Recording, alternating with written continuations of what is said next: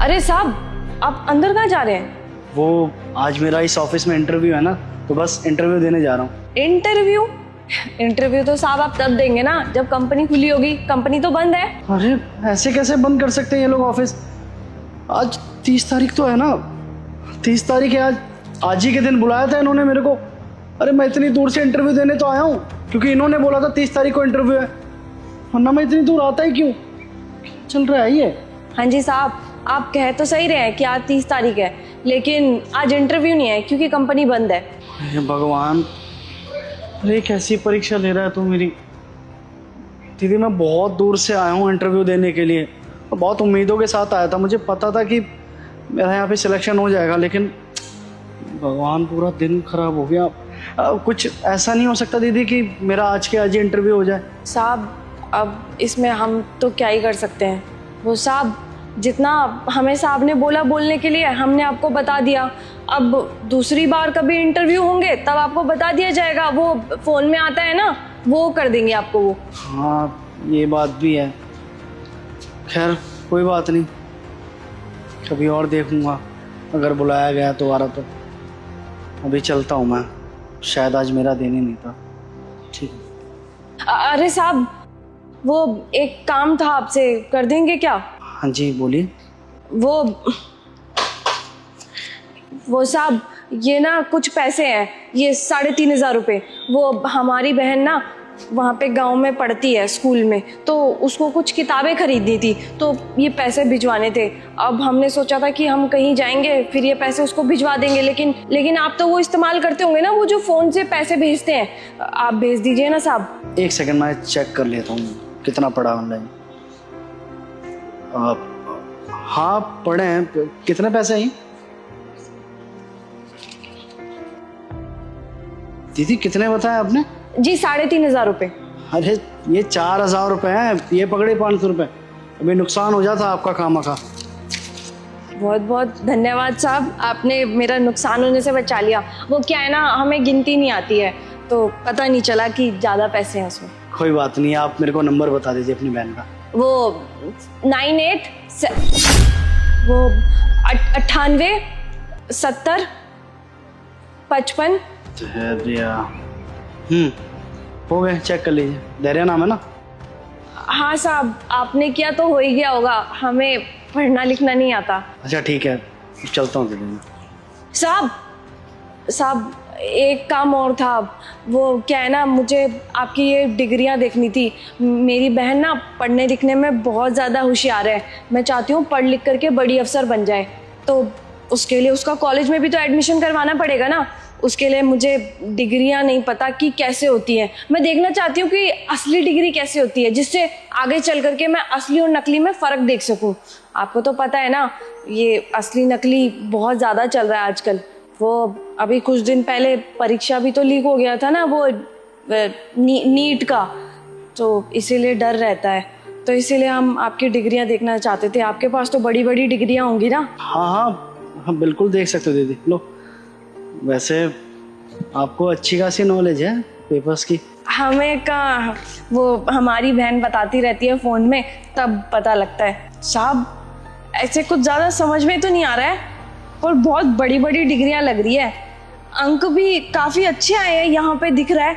साहब वैसे एक बात पूछे आपसे, आपके अंक इतने अच्छे हैं, इतनी बड़ी बड़ी डिग्रियां हैं, तब आपको कहीं नौकरी नहीं मिली? आप कहीं नौकरी नहीं करते थे इससे पहले? नहीं, मैं इससे पहले एक कंपनी थी जिसमें मैं जॉब करता था, लेकिन मेरे को ऐसा लगता है कि मेरी स्किल डेवलप नहीं हो पाई वहाँ पर। मार्केटिंग सेल्स की नॉलेज है मेरे को बहुत अच्छी खासी, लेकिन उस हिसाब का वहाँ पर काम भी नहीं था और सैलरी भी नहीं थी। तभी मैंने एटी एंटरप्राइजेस के बारे में सुना, तो मुझे पता चला कि ये बहुत अच्छी कंपनी है। यहाँ पे सबको इक्वली ट्रीट भी किया जाता है, अपने एम्प्लॉय को फैमिली समझा जाता है, और स्किल भी डेवलप होती है। तो मैंने यहाँ पे फॉर्म सबमिट किया और मेरा सिलेक्शन हो गया इंटरव्यू के लिए, और बस वही देने आया था। मुझे बहुत अच्छे से पता है कि अगर यहाँ पे आज मेरा इंटरव्यू होता तो मैं वो इंटरव्यू क्लियर भी कर देता। खैर मेरा दिन नहीं था आज। चलिए साहब, ये तो अच्छी बात है। वैसे अगर इंटरव्यू हो रहा होता ना कंपनी में, तो मुझे पक्का पता है आप हो ही जाते इधर से सिलेक्ट। ठीक है, चलता हूँ दीदी, लेट हो रहा हूँ, बहुत दूर भी जाना, और वैसे भी बारिश कभी भी आ सकती है, मौसम ख़राब है। चलता हूँ। साहब वो हमें पता है हमने बहुत ज़्यादा वक्त ज़ाया कर दिया आपका। बस एक काम हो रहा है, ये काम कर दीजिए बस। एक ना बच्चा आया था अभी यहाँ पे, ये पेन बेच रहा था। ये पेन ना हमने उससे पूरे 100 रुपये में खरीदे। अब हमें तो क्या ही काम पड़ेगा इन पेन का। आप ले लेंगे ये पेन? आपके तो काम आते ही रहते होंगे ना। अच्छा ठीक है, मैं आपसे ये पेन खरीद लेता हूँ, लेकिन 100 रुपये में नहीं, पूरे 200 रुपये में खरीदूंगा मैं। दीजिए। 200 रुपये में? मतलब समझी नहीं साहब मैं कुछ। देखिए मैंने आपको बताया ना कि सेल्स में मेरी बहुत अच्छी खासी नॉलेज है, तो बस अब आपने जिससे 100 रुपये का खरीदा है, मैं आपको 200 रुपये दे दूंगा। और तो और बस स्टैंड जा रहा हूँ मैं, एक पेन 100 रुपये का बेचूंगा। 4 पेन है ना इसमें, पूरे 400 रुपये के 4 पेन बेच दूंगा मैं, तो जिसमें आपका भी 200 का फ़ायदा हो जाएगा और मेरा भी 200 का फ़ायदा हो जाएगा। अरे वाह साहब, हमें नहीं पता था आप इतने समझदार हैं कि 100 रुपये का पेन 400 में बेच देंगे। ठीक है, मैं आपको पैसे देता हूँ। हम खुले देते हैं आपको। अरे मैडम जी, ये कैसे कपड़े पहन रखे आपने? और ये हाथ में पोछा, ये गेटअप कुछ समझ में नहीं आया मुझे। आप अपने ऑफिस में क्यों नहीं है? मैडम? अरे सर आप पागल हैं क्या? अरे ये सफाई करने वाली है इस ऑफिस में, आप इन्हें मैडम क्यों बोल रहे हो? अरे भैया कैसी बातें कर रहे हैं आप? बॉस हैं इस ऑफिस की, और इनको मैडम नहीं बोलूंगा तो और क्या बोलूंगा? ऑफिस की बॉस है? अरे क्या मतलब, मैं कुछ समझा नहीं। वो सब मैं आपको बताती हूँ। एक्चुअली अभी आपका इंटरव्यू चल रहा था। मैं इस कंपनी की ओनर हूँ, अंकिता ठाकुर। क्या चल रहा है? आप इस ऑफिस की बॉस है, आप ऐसे सफाई करने वाली बनी हुई है, फिर आप कह रहे हो मेरा इंटरव्यू ले रहे हो। क्या चल रहा है, मुझे तो कुछ समझ में ही नहीं आ रहा। वो क्या है ना, ये सब आपके इंटरव्यू का ही पार्ट था।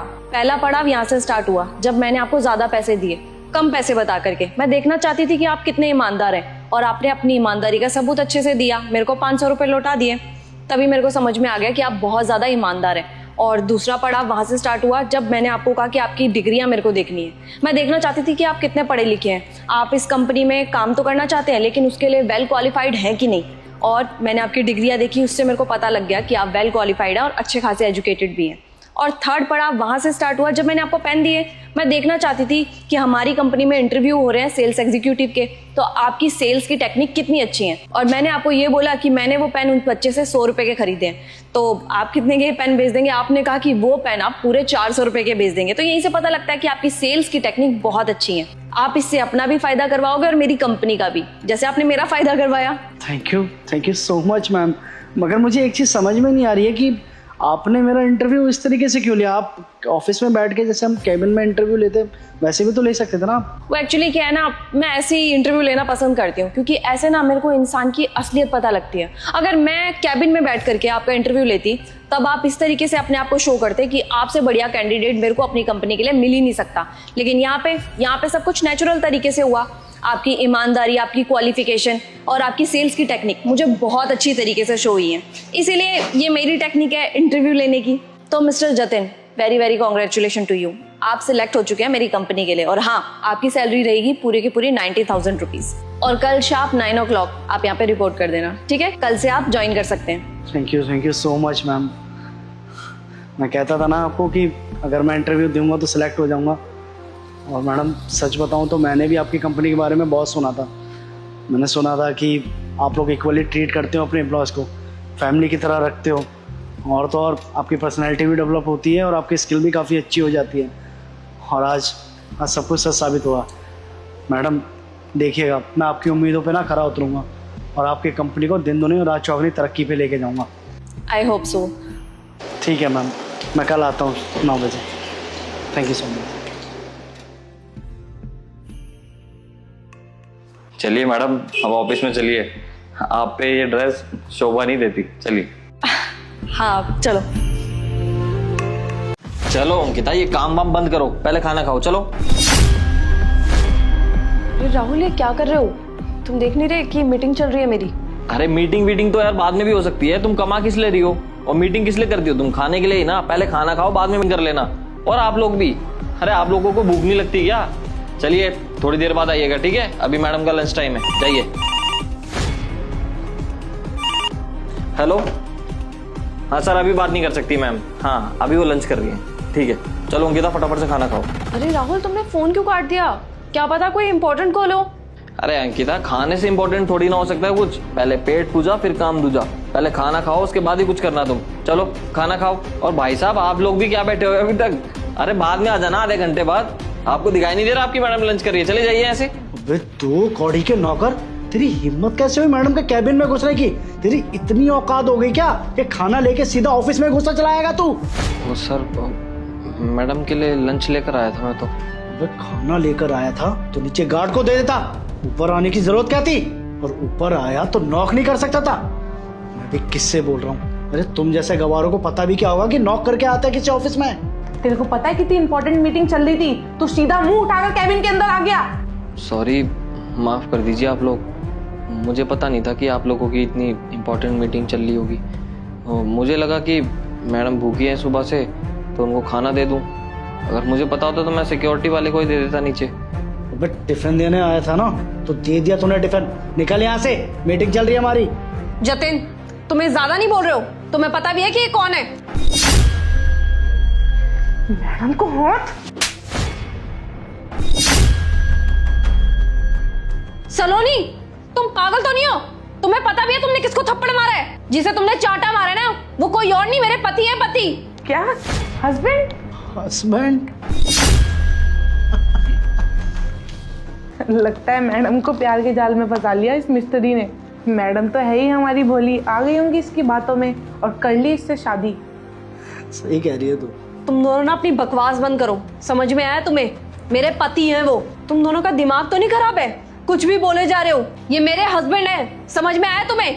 और मैंने इनसे शादी ना अपनी मर्जी से की है, क्योंकि मैं इनसे बहुत प्यार करती हूँ। और वो जैसे भी है ना, वो मेरे पति हैं। तुम दोनों होते कौन हो हम दोनों के बीच में बोलने वाले? और तुम दोनों जानते क्या हो इनके बारे में? तुम्हें पता भी है अभी मैं जहाँ पे हूँ ना, वहाँ पे मुझे पहुँचाने वाले भी यही हैं। इन्होंने मेरी पढ़ाई लिखाई पे कितना खर्चा किया है वो सिर्फ और सिर्फ मैं जानती हूँ। तुमने वो कहावत तो सुनी होगी ना कि हर सक्सेसफुल मर्द के पीछे एक औरत का हाथ होता है, लेकिन यहाँ पे एक सक्सेसफुल औरत के पीछे एक मर्द का हाथ है, और वो है मेरे पति। और जिस बैकग्राउंड और सोसाइटी से मैं बिलोंग करती थी ना, वहाँ के लोगों ने इनको इतना मना किया कि शादी के बाद क्यों औरत को पढ़ा रहा है, लेकिन इन्होंने किसी की बात नहीं सुनी। और जो मेरा सपना था वो सपना पूरा करवाया। अरे इन्होंने दिन रात मेहनत करके ना मेरी फीस भरी है, तब कहीं जाकर के मैं आज यहाँ पे बैठी हूँ। इन्होंने सबके अगेंस्ट जाकर के मेरे को पढ़ाया लिखाया है, और तुम इनके बारे में बिना जाने इतना सब कुछ कैसे बोल सकते हो? अरे तो मैडम क्या स्पेशल कर दिया इसने? हर पति ना अपनी पत्नी के लिए करता है, वही किया है, इसमें स्पेशल नहीं है कुछ। अरे मैम, आप इतने स्टैंडर्ड वाले हो, कम से कम इसको ढंग के कपड़े तो पहना देती। एक बार इसके कपड़े देखे आपने कैसे पहन रखे हैं इसने? मजदूर लग रहा है एक नंबर का। तुम्हें पता भी है राहुल को ना साधारण जीवन जीना बहुत पसंद है, इसीलिए वो बिल्कुल भी दिखावा पसंद नहीं करते। वो चाहते ना तो अच्छे कपड़े पहन करके यहाँ पे आ सकते थे, सूट बूट में यहाँ पे आ सकते थे, लेकिन उनको वो पसंद ही नहीं है। और तुम्हारी जानकारी के लिए मैं ये बता दूं, जो फैक्ट्री ये रन करते हैं ना, वहाँ पे अगर ये महंगे महंगे कपड़े पहन करके जाएंगे ना तो वो वेस्ट ही है, क्योंकि ये वर्कर के बीच में रह करके वर्कर के साथ काम करवाते हैं और उनके साथ मिल करके काम करते हैं। ऐसे में ये ऐसे कपड़े ना पहने तो क्या पहने? और मैं तुम दोनों को समझा क्यों रही हूँ? उनका मन, उनकी मर्जी, उनकी लाइफ। तुम होते कौन उनको जज करने वाले? अरे आज मैं घर से जल्दी निकल गई थी क्योंकि मैं इतनी एक्साइटेड थी इस मीटिंग के लिए, और तुम दोनों ने मेरा मूड स्पॉइल कर दिया। अरे मैं चाहूँ ना तो इनको जिंदगी भर बिठा करके खिला सकती हूँ, लेकिन ये इतने खुददार हैं कि जहाँ पे ये काम करते हैं ना उस फैक्ट्री को छोड़ना नहीं चाहते, क्योंकि ये खुद कहते हैं मेरे को कि जिस फैक्ट्री से मैंने तुम्हें पढ़ाया लिखाया, आज इस काबिल बनाया कि तुम अपने पैरों में खड़ी हो, मैं उसको ऐसे कैसे छोड़ सकता हूँ। इसलिए आज भी वही काम करते हैं, क्योंकि ये उस फैक्ट्री के लिए बहुत लॉयल हैं। तुम दोनों को इनके बारे में नहीं पता था ना, इसीलिए बहुत आराम से बात कर रही हूँ तुमसे। समझ में आया तुम्हें? और सलोनी, तुमने जो इनको चांटा मारा है ना, से सॉरी टू हिम, अदरवाइज ना तुम दोनों को इसके कॉन्सिक्वेंसेस झेलने पड़ेंगे। Sorry sir. Sorry sir. Rahul छोड़ो यार ये सब। और क्या लेके आए हो आज खाने में? पुलाव और पनीर की सब्जी है। अरे वाह, ये तो मेरा फेवरेट है। आओ चलो बैठ के खाते हैं फिर। अरे नहीं नहीं, आप लोग साथ में बैठ के खा लीजिए, हम बाहर वेट कर लेते हैं आपका। अब तो मीटिंग खाने के बाद ही होगी। एक सेकेंड। हाँ रामू, मेरे कैबिन में ना एक एक्स्ट्रा चेयर भिजवा देना। ठीक है।